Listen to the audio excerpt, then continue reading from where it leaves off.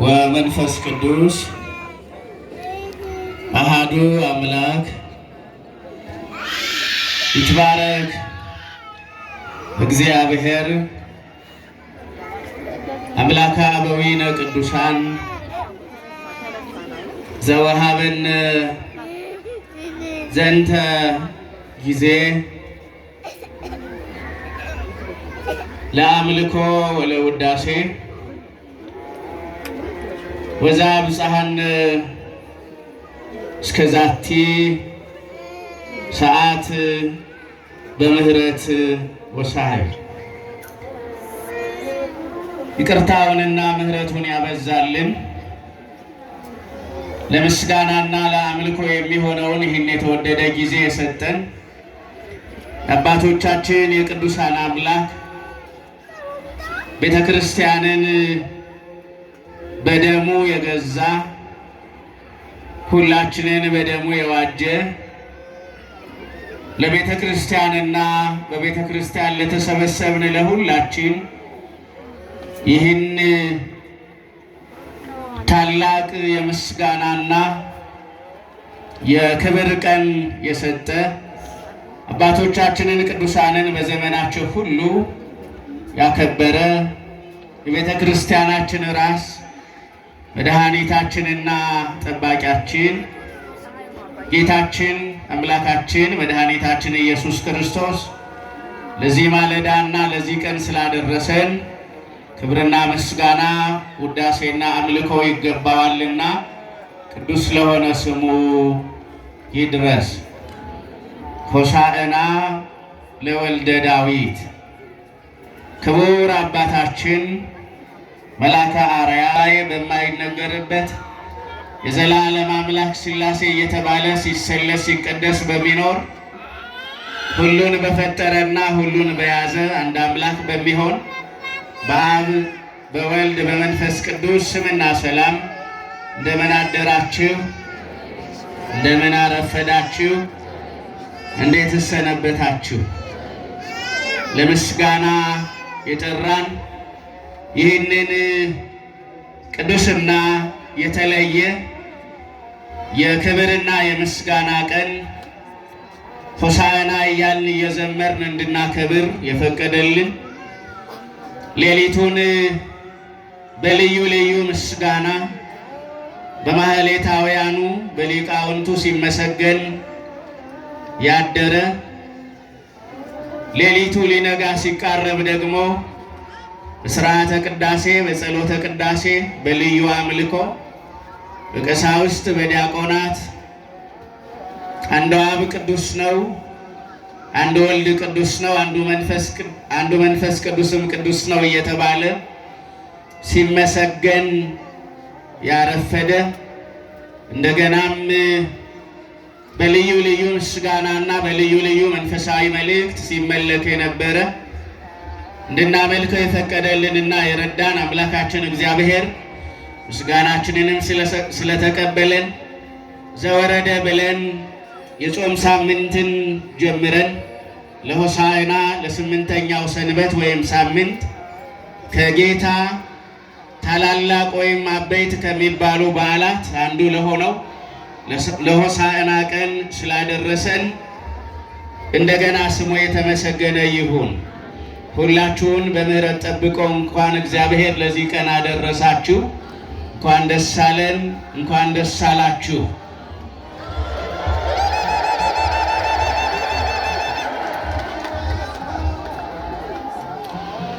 ሆሳዕና ለወልደ ዳዊት የማቴዎስ ወንጌል ምዕራፍ 21 ቁጥር 7 ጀምሮ ስናነብ የምናገኘው እንደገና በማርቆስ ወንጌል ምዕራፍ 11 ቁጥር 11 ላይ የተመዘገበ በቅዱስ ሉቃስ ወንጌል ደግሞ በምዕራፍ 19 ቁጥር 28 ጀምሮ ስናነብ የምናገኘው ነባቤ መለኮት ራእየ ኅቡዓት እየተባለ በሚጠራው እና በአራተኛው በቅዱስ ዮሐንስ ወንጌል ደግሞ በምዕራፍ 12 ቁጥር 12 ጀምሮ ስናነብ የምናገኘው ኃይለ ቃል ለዚህ ማለዳ አጠር ያለ ትምህርተ ወንጌልና ክርስቲያናዊና መንፈሳዊ መልእክት ለማስተላለፍ እንዲረዳን የትምህርታችን መነሻ ኃይለ ቃል የሚሆን ነው። ሆሳዕና ለወልደ ዳዊት፣ ለዳዊት ልጅ ሆሳዕና መባል ይገባዋል ይላል መጽሐፍ። ስለዚህ በዚህ ሁላችሁ ስታመሰግኑበት ዛሬ ሁላችን ለምስጋና የመረጥነው እና ለምስጋና ያቀረብነው ይህ ኃይለ ቃል ለትምህርታችን መነሻ ይሆንና እንዳልኋችሁ ብዙውን ነገር በዓይናችሁ አይታችሁታል። ብዙውን የቤተ ክርስቲያኒቱን መንፈሳዊ ውበት እዚህ ያላችሁ ኦርቶዶክሳውያን ክርስቲያኖች ሁላችሁም ታውቃላችሁ። ቤተ ክርስቲያናችንና ቤተ ክርስቲያናችሁ ታላቅ ናት። መንፈሳዊ አገልግሎቷ እጅግ ልዩና ማራኪ ነው። እንደዚህች ቤተ ክርስቲያን በቀንም በሌሊትም እግዚአብሔርን እየጠራ የሚያመሰግን የእግዚአብሔርን ስም በመጥራት የማይደክም የማይሰለች ሌላ ቤተ ክርስቲያን ማግኘት አይቻልም። ስለዚህ ልዩ በሆነችዋ የእግዚአብሔር የጸጋ ግምጃ ቤት በሆነችዋ ምስጢር በሚገለጥባት ራእይና ሕልም በሚታይባትና በሚፈታባት የምዕመናን እንባ በሚታበስባት ጥያቄዎች ሁሉ መልስ በሚያገኙባት ተአምራትና መንክራት ወይም አስደናቂ ተአምራት በጸበሎቿ በእምነቷ የሚፈጸምባት ይህች ቤተ ክርስቲያን ልዩ መሆኗን በዓይናችሁ አይታችኋል እና ብዙውን ነገር ተመልክታችሁታል። ግን የዛሬው ቀን እጅግ በጣም ታላቅ ቀን ነው። ሁላችሁም ታላቁን ቀን ለማክበር ነጫጭ ለብሳችኋል። ታላቁን ቀን ለማክበር ቤታችሁን ዘግታችሁ ልጆቻችሁን የቤት ሰራተኞቻችሁን ይዛችሁ መጥታችኋል። ከወዳጅ ከዘመዶቻችሁ ጋር በእግዚአብሔር ቤት አንዳንዶቻችሁ ቀደም ብላችሁ ሌሊቱን ጀምራችሁ መጥታችኋል። እኔ እንኳን ከሩቅ ስለመጣሁ አርፍጄ ነበር የደረስኩት። ግን ቤተ መቅደሱን ሞልታችሁ በምስጋና ከሊቃውንቱ ከማህሌታውያኑ ከካህናቱ ከዲያቆናቱ ለምስጋና እግዚአብሔር በመቅደሱ ከተከላችሁ አገልጋዮች ጋር ስታገለግሉ አርፍዳችኋል። የቀኑን ታላቅ መሆን ተረድታችኋል። ስለዚህ በዚህ በታላቁ ቀን አምላካችን እግዚአብሔር ታላቅ የሆነ መንፈሳዊ በረከትና ሰማያዊ ምስጢር ሰጥቶ ጥቂት መልእክትን ይዘን ወደ ልባችን እንድንመለስ ነው ደግሞ ይሄ የወንጌል ጊዜ የተዘጋጀውና ሆሳዕና ለወልደ ዳዊት በሚለው ርዕስ አምላካችን እግዚአብሔር መድኃኒት የሚሆን ነገር ያስተምረን። ዛሬ እንዳልኋችሁ በቤተ ክርስቲያናችን ነገረ ሥጋዌን ወይም ነገረ ክርስቶስን መሰረት ያደረጉ እጅግ በጣም በርካታ መንፈሳውያን በዓላት አሉ። ከነዛ መንፈሳውያን በዓላት መካከል ደግሞ በተለይ በኢትዮጵያ ቤተ ክርስቲያን በታላቅ ምስጋና፣ አምልኮ፣ ክብር የሚከበሩ የጌታ በዓላት ተብለው የተለዩ 9 አሉ። ከ9 በዓላት ወይም ታላላቅ ክብረ በዓላት መካከል አንደኛው ሆሳዕና ነው። የዛሬው ቀን ነው። የዛሬው ቀን ደግሞ ሁላችሁ እንደምታውቁት ጾም ስንጀምር ጌታ ከሰማይ ወረደ ብለን ነበር የጀመርነው። ስለዚህ እያንዳንዱን ሳምንት ቆጥረን ሆሳዕና ላይ 8ኛው ሳምንት ላይ ደርሰናል። የሚደንቅ ነው። እግዚአብሔር ያስጀምራል። እያንዳንዱን ቀን እየተቆጣጠረ ሞት ትንፋሻችንን እንዳይዘው አልጋችን ላይ ጋደም እንዳልን እንዳንቀር እንደወጣን በመንገድ ላይ የሞታችን ዜና እንዳይወራ አቅማችን ጉልበታችን እንዳይደክም ጤናችን ታውቆ በሆስፒታል ወይም በጸበል ስፍራ እንዳንሆን እሱ ሐኪም ሆኖ እሱ ረዳት ሆኖ እሱ የቀንና የሌሊት ጠባቂ ሆኖ እሱ የመንገዳችን መሪ ሆኖ ጾም ጀምረን 8ኛ ሳምንት ላይ ደረስ። ይደንቃል። እግዚአብሔር ምሕረቱ ግሩም ነው። የጀመርን ሳይመስለን ልንጨርስ ነው። ደስ እያለን እግዚአብሔርን እያመሰገንን ጀመር። ዛሬ ደግሞ ይኸው እግዚአብሔር ለምስጋና በቤቱ ሰበሰበ። ክብርና ምስጋና ይህንን ላደረገ ለገናናው አምላክ የሆነ ወገኖች ዝም ብለን ስናስበው ቀላል ይመስላል። ዝም ብለን ስናስበው የታመሙ ሰዎች ሌሊቱ እንዴት እንደሚነጋላቸው እናውቃለን።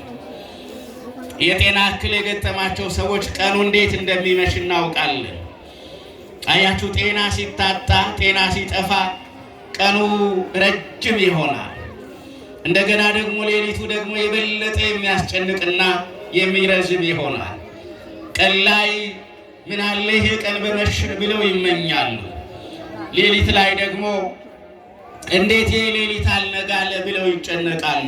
እና እንዲህ ባለ በጣም ብዙ አስጨናቂ፣ በጣም ብዙ መሰናክል፣ በጣም ብዙ ሰንከልካላ ነገሮች ባሉበት ዓለምና ምድር ውስጥ ማን በምህረቱ ጠብቆ ለዛሬ አደረሰ? እስቲ ሁላችሁም ተናገሩ። ማን ጠብቆ አደረሰ? እግዚአብሔር በምህረቱ ጠብቆ አድርሶናል። ደስ ይበላችሁ፣ እንኳን አደረሳችሁ። በድጋሜ እንግዲህ የዛሬው ወንጌል ቀደም ብዬ እንዳነሳሁት በዓይን የሚታይ ወንጌል ነው። ሁሉም ነገር በዓይን ይታያል። ሊቃውንቱ ስርዓቱን ሲፈጽሙ በዓይን የሚታይ ወንጌል ነው እና የዛሬው ወንጌል የበዓሉ መጠሪያም ሆኖ ሆሳዕና የሚል መጠሪያ አለው። ሆሳዕና ማለት ደግሞ አቤቱ አሁን አድን ማለት ነው። አቤቱ መቼ አድን? አሁን አድን ማለት ነው። አሁን መድኃኒት ያስፈልጋል አይደለ? አዎ ታመናልና ምን ያስፈልገናል? መድኃኒት ያስፈልገናል። አዝነናልና የሚያጽናና አሁን ያስፈልገናል። ያስፈልገናል። ስለዚህ ይህ ቃል የጌታችንን የመድኃኒታችንን የኢየሱስ ክርስቶስን ከቤተ ፋጌ ከደብረ ዘይት ተራራ ጥቂት ዝቅ ብሎ ካለ ስፍራ ተነስቶ ወደ ቤተ መቅደስ መግባት በተመለከተ የቀረበ ልመናና ምስጋና ነው። ሁላችሁ እንደምታውቁት ጌታችን መድኃኒታችን ኢየሱስ ክርስቶስ እኛን ወደደ። እነማን ወደደ? እኛን ወደደ። የማንወደድ እጅግ በጣም አስቸጋሪ ኃጢአታችንና በደላችን የበዛ በየቀኑ የምንሳሳት ሰዎችን እኛን የዘላለም አምላክ የሆነው እግዚአብሔር ወደደ። እውነተኛው አምላክ እግዚአብሔር ውሸተኞችን እኛን ወደደ። ቅዱሱ አምላክ በልዩ ልዩ ርኩሰት ውስጥ የምናልፍ እኛን ወደደ። ንጹሕ ባህሪ የሆነው እግዚአብሔር ባህሪያችን ያደፈና የተበላሸ እኛን ወደደ። የማንወደድ ሆነን ሳለን እሱ ወደደን። ስለወደደን ሥጋ ለብሶ በመካከላችን ተገለጠ። 3 ዓመት ከ3 ወር ተመላልሶ አስተማረ እና ትምህርቱን እያጠናቀቀ ታምራቱንም እያጠናቀቀ በነበረበት ጊዜ ከገሊላ ወደ ይሁዳ አውራጃ ወጣ። የአይሁዳውያን የፋሲካ በዓል ቀርቦ ነበርና የአይሁዳውያንን የፋሲካን በዓል በኢየሩሳሌም ባለው ቤተ መቅደስ ተገኝቶ ለማክበር ወደ ቤተ መቅደሱ መገኛ ወደ ይሁዳ አውራጃ መጣ። የቀረበው ግን የአይሁዳውያን የፋሲካ በዓል ብቻ አልነበረም። መድኃኒታችን ኢየሱስ ክርስቶስ ለእኛ የሚታረድበት ኃጢአታችንን በደሙ ሊያነጻ የእግዚአብሔር በግ ሊሆን የተቃረበበት ወቅትም ስለነበረ ወደ ኢየሩሳሌም አቅራቢያ ደቀ መዛሙርቱን አስከትሎ ወጣ እና ለደቀ መዛሙርቱ በመንገድ እንዲህ እያለ ነገራቸው። ወደ ኢየሩሳሌም እንወጣለን። ወደ ኢየሩሳሌም ስንወጣ ግን የሰው ልጅ ወይም እኔ እያዛለሁ። የካህናት አለቆች ለጲላጦስ አሳልፈው ይሰጡኛል። በመስቀል ላይ ተሰቅዬ ሞታለሁኝ። ነገር ግን ከ3 ቀን በኋላ ደግሞ እንደገና አገኛችኋለሁ፣ ተመልሼ አያችኋለሁ እያለ ለደቀ መዛሙርቱ በመንገድ አጫወታቸው፣ ነገራቸው።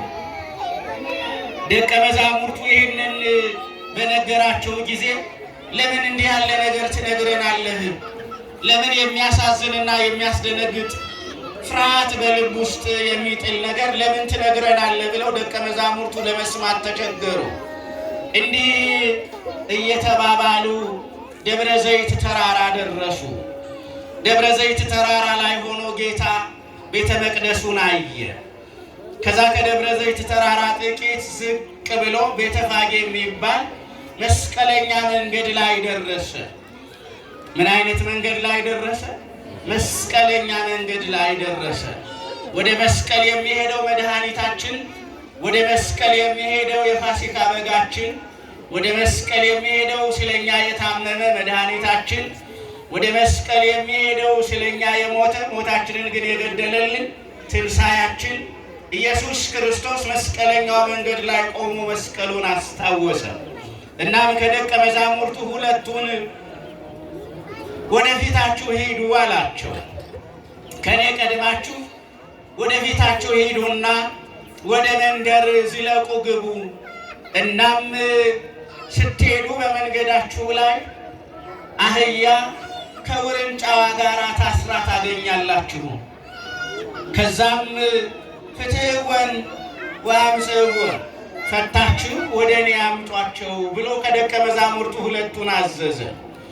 ኃጢአት የሚሻርበት የሰው ልጅ ከማይሰራ ኃጢአት ከኃጢአት ማሰሪያ የሚፈታበት ጊዜ ስለደረሰ ሂዱና የታሰሩትን ባለቤታቸው በገመድ ከግንድ ጋር አስሯቸው ትቷቸው የሄዱ ሁለት አህዮችን ታገኛላችሁ፣ እንስሳትን ታገኛላችሁና ፈታችሁ ወደ እኔ አምጧቸው ብሎ ደቀ መዛሙርቱን ላከ።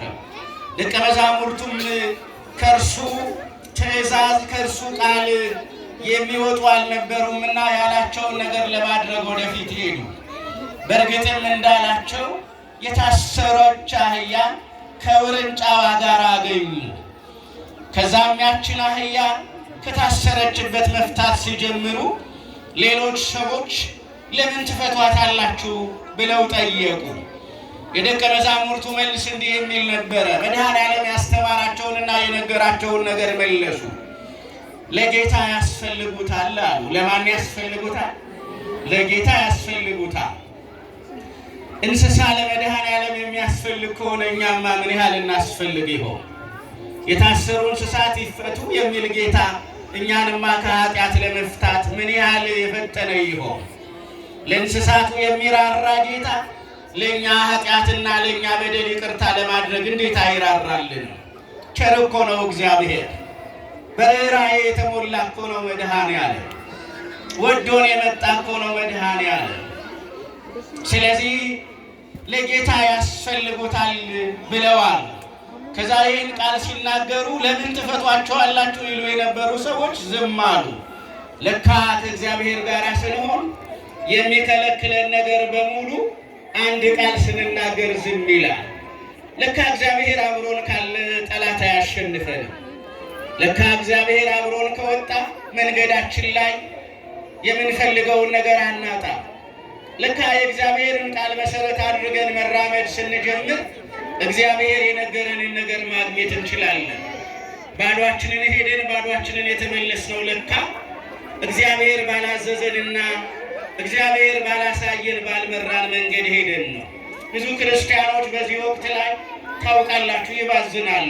እግዚአብሔር ባላሳያቸው መንገድ እየሄዱ አንዳንዶች በረሃ ላይ ይሞታሉ፣ አንዳንዶችን ውሃ ይወስዳቸዋል፣ አንዳንዶች ይታገታሉ፣ አንዳንዶች የተመኙት ሀገር ይደርሱና የተመኙት ሀገር ላይ እንደደረሱ ከጥቂት ጊዜ በኋላ ጭንቅላታቸው አእምሯቸው ችግር ያጋጥመዋል።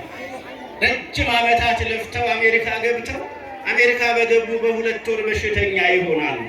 ብዙ ተመኝተው የተመኙት ሀገር ላይ ሲደርሱ ያንን የተመኙትን ነገር በእጃቸው ሳይነኩ ወዲያውኑ ሬሳቸው ወደ ምድራቸው ወደ ሀገራቸው ይላካል። አንዳንዶቹ እንዲያውም ሬሳቸው የሚቀበርበት ስፍራ ጠፍቶ ከኢትዮጵያውያን የሥርዓተ ቀብር ውጭ በሆነ መንገድ አጥንታቸው ተቃጥሎ እንደ አመድ በውሃ ዳር ይደፋሉ። እና ብዙ ሰዎች የሚቀበዘበዙት እግዚአብሔር ባላዘዘው መንገድ ሲሄዱ ነው። ለካ እግዚአብሔር ባዘዘው መንገድ ስንሄድ የፈለግነውን እናጣለን። እንደ ክርስቲያኖች አናጣ። እግዚአብሔር ባዘዘን መንገድ ላይ ከሄድ ለጌታ የሚያስፈልገውን ነገር ለመፈለግ ከሄድ እኛ ምንፈልገውን እናጣለን? አናጣ። ለእግዚአብሔር የሚያስፈልገውን የሚፈልግ ክርስቲያን ለራሱ የሚፈልገውን አያጣ። በፍላጎት አንነጣጠል፣ አንለያይ ወገኖች።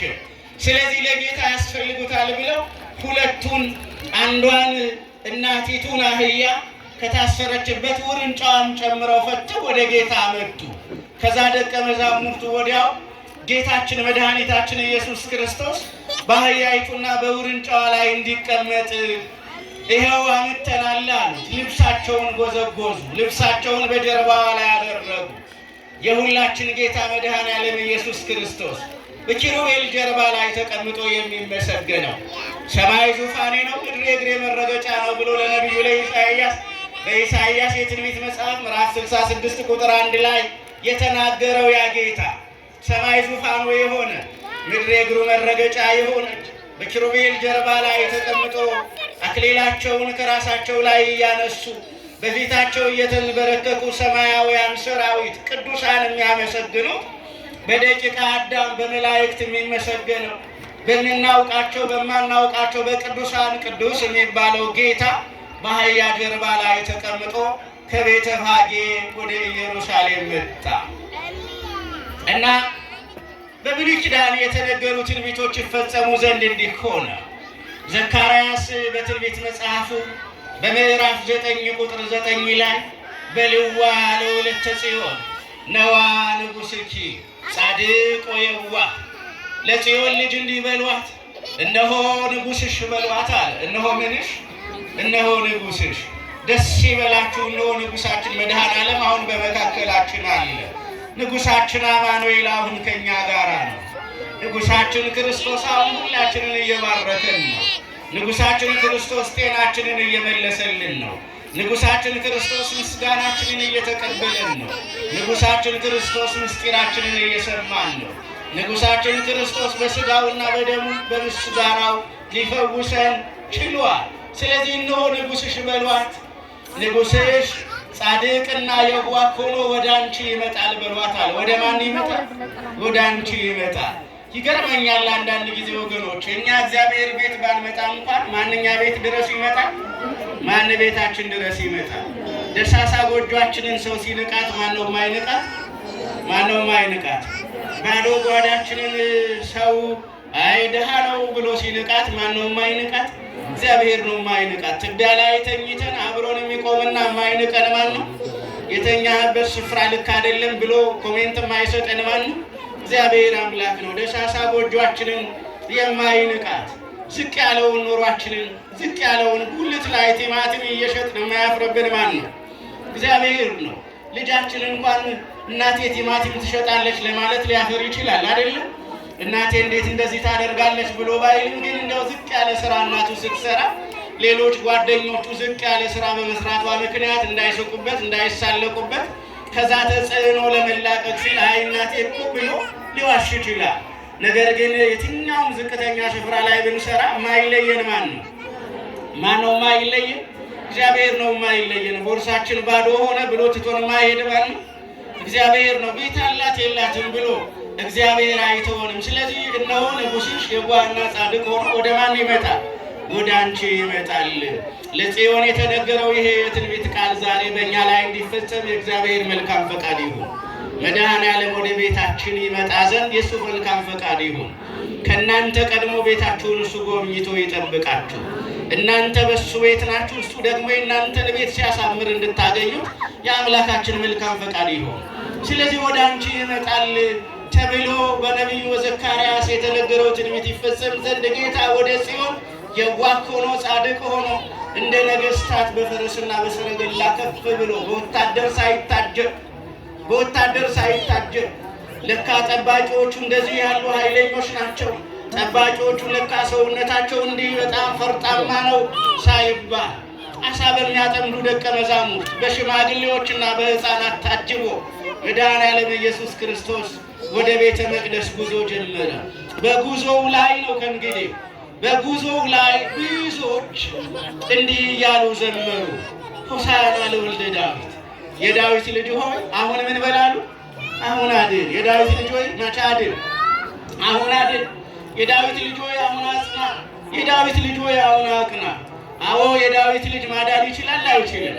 የእግዚአብሔር አብ የባሕርይ ልጁ የዳዊት ልጅ ሆኖ በሥጋ የተገለጠው የድንግል ማርያም ልጅ የእናታችን የቅድስት ድንግል ልጅ በእቅፏ ላይ የታየው ጡቶቿን የጠባ በጀርባዋ ላይ ሆኖ ወደ ግብፅ የተሰደደው የእናቱን ሐዘን በመስቀል ላይ ወደ ታች የተመለከተው መድኃኒታችን ኢየሱስ ክርስቶስ ዛሬ ለእኛ መድኃኒት መስጠት ያቅተዋል? ያቅተዋል? እንዲህ ወገኖች የታመሙ ሰዎች ከዚህ ሲወጡ ተፈውሰው ቢወጡ እግዚአብሔር ይህንን ማድረግ አይችልም እንዴ? ይችላል ወገኖች። ምርኩዝ ይዘው የመጡ ሰዎች አንገታቸው ወገባቸው ቀና ብሎላቸው የነርቭ ችግር ያለባቸው፣ የጨጓራ ችግር ያለባቸው፣ የአጥንት ችግር ያለባቸው፣ የአካል ድካም ችግር ያለባቸው በርትተው ቢመለሱ ይህን ማድረግ እግዚአብሔር አይችልም? ይችላል አይችልም? እስኪ ሁላችሁም ይችላል በሉ እስኪ። ማን ይችላል? ማን ይችላል? እግዚአብሔር ይችላል። ክብር ምስጋና ለመድኃኔዓለም ይሁን ወገኖች፣ አመስግኑት። እግዚአብሔር ይችላል። ስለዚህ ሆሳዕና ለወልደ ዳዊት አሉ እና እንደዚህ እያሉ አመሰገኑ። ያመሰግኑ የነበሩት ሰዎች ደግሞ አይሩጎ ሕፃናት ይላቸዋል። ሽማግሌዎችና ሕፃናት ናቸው። መቼም እንደምታውቁት ሽማግሌ ሲባል ከ70 ዓመት በላይ ያለ ሰው እና ሽማግሌ ብዙ ጊዜ አይዋሽም። ሕፃናትን በተመሳሳይ ነው። ስለዚህ ሽማግሌዎችና ሕፃናት ልብሳቸውን እያነጠፉ ዘንባባ እየዘነጠፉ አህያዋ የምትራመድበት መንገድ ላይ ልብሳቸውን እየጣሉ ሆሳዕና ለዳዊት ልጅ፣ ሆሳዕና በአርያም ቡሩክ ዘይመጽእ በስመ እግዚአብሔር፣ በእግዚአብሔር ስም የሚመጣ እግዚአብሔር ሆኖ የሚመጣ እግዚአብሔር አባቱ መስክሮለት የሚመጣ እሱ የተባረከ ነው። እሱ የዳዊትን ዙፋንና መንግስት ይመልሳል። እሱ የዳዊትን ዙፋን ያቀናል። እሱ የአባታችንን የዳዊትን ዘመን እንደገና ይመልስልናል እያሉ ሆሳዕና ለወልደ ዳዊት እያሉ ያመሰግኑ ነበር ነው የሚለው። ስለዚህ ሆሳዕና ማለት አሁን አድን ማለት ነው። ይህንን ነቢየ እግዚአብሔር ቅዱስ ዳዊት ቀደም ብሎ በመዝሙር 118 ውስጥ ኦ እግዚኦ አድኅንሶ፣ አቤቱ አሁን አድን፣ ኦ እግዚኦ ሠርህሶ፣ አቤቱ አሁን አቅና፣ አሁን አከናውን ብሎ ዘምሮት ነበረ። የሚገርም እኮ ነው የእግዚአብሔር ልጆች። አዎ እናም ጌታ መድኃኔዓለም ኢየሱስ ክርስቶስ ይህንን የትንቢት ቃል ፈጸመ። ሆሳዕና እየተባለ ወደ ቤተ መቅደስ መጣ። ካህናት በቤተ መቅደስ የሚያገለግሉ አገልጋዮች ሆሳዕና ብለው አልዘመሩም። ሽማግሌዎች ግን እየዘመሩ ነው። ሕፃናት እየዘመሩ ነው። እማፈ ደቂቆ ሕፃናት አስተዳሎከ ስብሐት፣ ምስጋናን ከሕፃናት አፍ ወደህ ተቀበልህ ያለው የትንቢት ቃል ይፈጸም ዘንድ ሕፃናት አፍ ያልፈቱ ሕፃናት አፋቸው ተፈቶላቸው፣ ቋንቋ ያልለመዱ ሕፃናት ሆሳዕና ለወልደ ዳዊት የሚለው ቃል ተገልጦላቸው አንደበታቸው እየተኮላተፈ ምላሳቸው የሚጥም ምስጋናቸው የሚጣፍጥ ሆኖ ማንን ማመስገን ቻሉ? እግዚአብሔርን አመሰገኑ እና እንዲህ ያለ ምስጋና ቀረበ እና ካህናቱ እንዲህ ባለ ሁኔታ መድኃኔዓለም ኢየሱስ ክርስቶስ ወደ ቤተ መቅደስ ሲመጣ በዚያ ዘመን ማለቴ ነው። በዚያ ዘመን ግራ ገባቸውና ይገርማቸዋል። ወደ ባቢሎን እስራኤላውያን የተማረኩበት ዘመን አለ። ለ600 ዓመታት ያህል የተዘጋ የቤተ መቅደስ በር ነበር። ለስንት መቶ ያህል አልኳችሁ?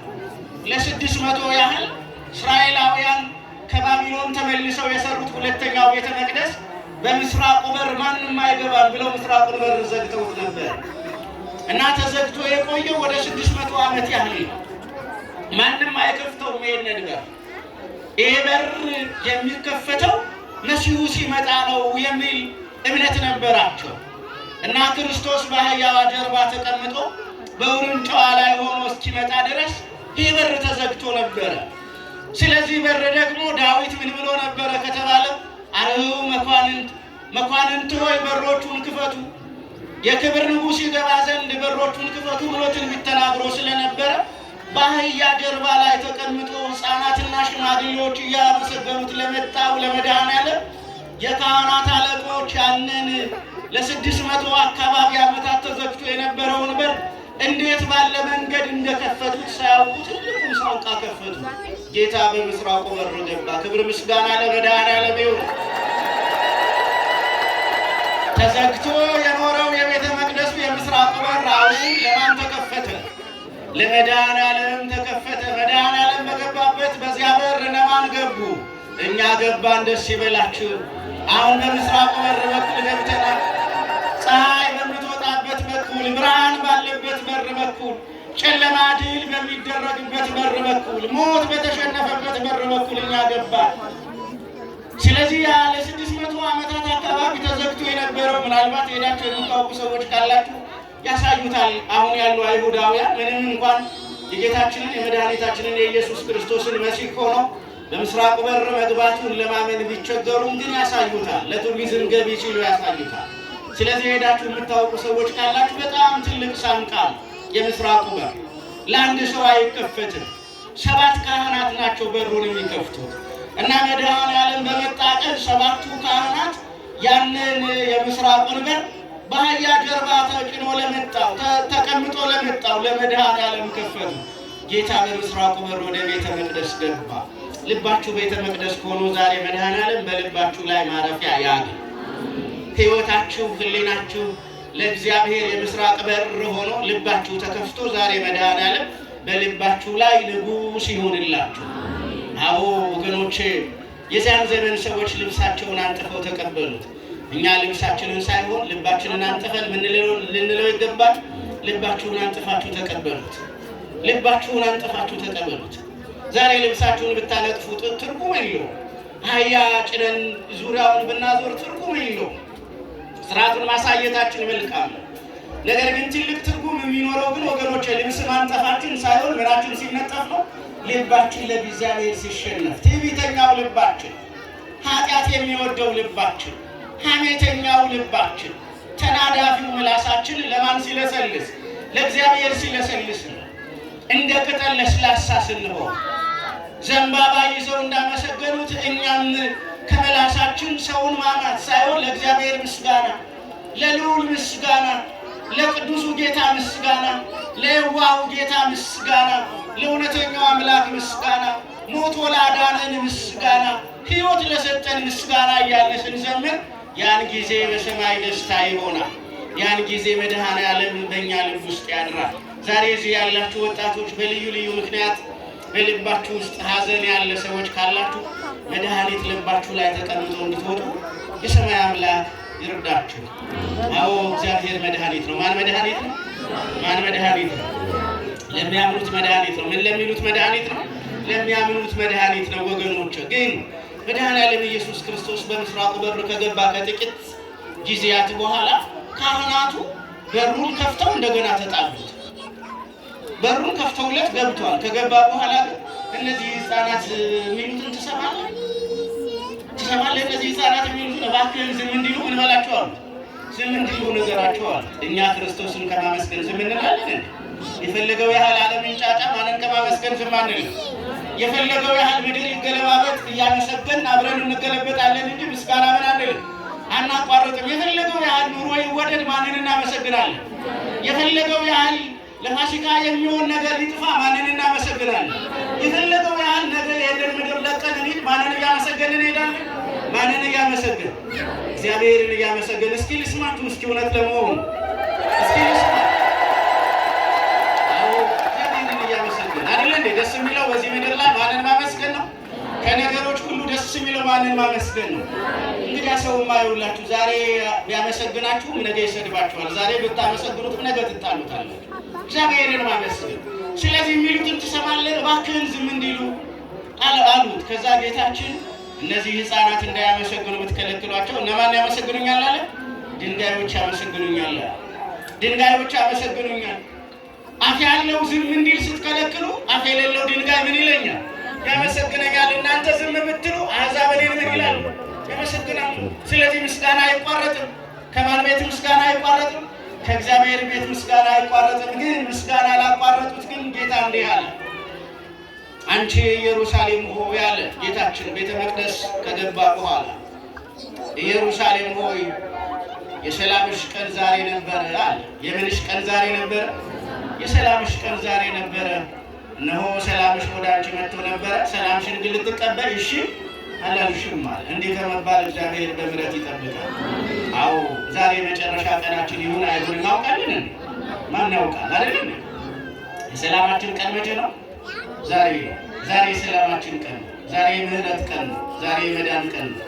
ዛሬ የንስሐ ቀን ነው። ዛሬ የክብር ቀን ነው። እንዲያውም አይታችሁ ከሆነ አሁን ሰሙነ ሕማማት ነው አይደል የሚገባ? ባላባታችን መልእክት ይኖራቸዋል እና ዛሬ ለሁሉ ጸሎተ ፍታት ይደረጋል አይደረግም? እንደ ሞት ተቆጥሮ ለሁላችንም ጸሎተ ፍታት ምን ብሎልናል? ተደርጎልናል። ሕያዋንን ግን ጸሎተ ፍታት ተደርጎልናል። የሚያጋጥመን ነገር ስለማይታወቅ ማለት ነው። ስለዚህ ማን ያውቃል? ሰላማችን ዛሬ ነው እና የሰላምሽ ቀን ዛሬ ነው። የእረፍትሽ ቀን ዛሬ ነው። ሰላምሽን እረፍትሽን ግን አልተቀበልሽም አለና ከዛ በኋላ ወበከየ ላዕሌሃ ይላል። አለቀሰላት ነው የሚለው። ምን አለላት? አለቀሰላት ይላል እና እኔ ይህንን የመጽሐፍ ቅዱስ ቃል ሳነብ ብዙ ጊዜ እደነግጣለሁ። መድኃኔዓለምን እያስለቀስ ነው እንዳይሆን፣ ሰላም ወደ እኛ እየላከ እኛ እምቢ ብለን ስለ እኛ እያለቀሰ እንዳይሆን፣ እረፍት እየላከልን እረፍቱን አልቀበልም፣ ሕይወት እየላከልን መድኃኒት እየላከልን የተላከውን አልቀበልም፣ የታዘዘልንን መድኃኒት አልወስድም ብለን ጤናችን ተቃውሶ ሞታችን አፍንጫችን ስር የአፍንጫችንን ትንፋሽ ሊያቆም ሊያቋርጥ አጠገባችን ቆሞ ምናልባት መድኃኔዓለም ለእኛ እያለቀሰ እንዳይሆን ብዬ እሰጋለሁ። ስለዚህ ኢየሩሳሌምን አይቶ አለቀሰ። እንዳናሳዝነው እንዳናስለቅሰው ዛሬ በመቅደሱ ተገኝተን ይህንን ታላቅ በዓል ያከበርነው ሁላችን ሳምንቱን በታላቅ ስርዓት በታላቅ ኦርቶዶክሳዊ ርኅራኄ ለድሆች እየራራ እንድናሳልፈው እግዚአብሔር በምሕረቱ ይርዳ። ሆሳዕና ለወልደ ዳዊት። ሆሳዕና ለማን ልጅ? ሆሳዕና ለማን ልጅ? ሆሳዕና ለመድኃኔዓለም። ለመድኃኔዓለም ምን ይገባል? አሁን አድን ማለት ይገባል። መድኃኒት ይዘን እንድንወጣ እረፍት እንድናገኝ ሰላማችን እንዲበዛ እግዚአብሔር በምሕረቱ ይርዳ። ዛሬ ሆሳዕና ሳምንት ነው። የትንሣኤ ደግሞ ብርሃነከ እያል ብርሃኑን ትንሣኤውን በዓይናችን አይተን እንድናመሰግን ከቁጥር ሳንጎል ያን ቀን እንድንደርስ እግዚአብሔር በምሕረት ይርዳን። ቆየ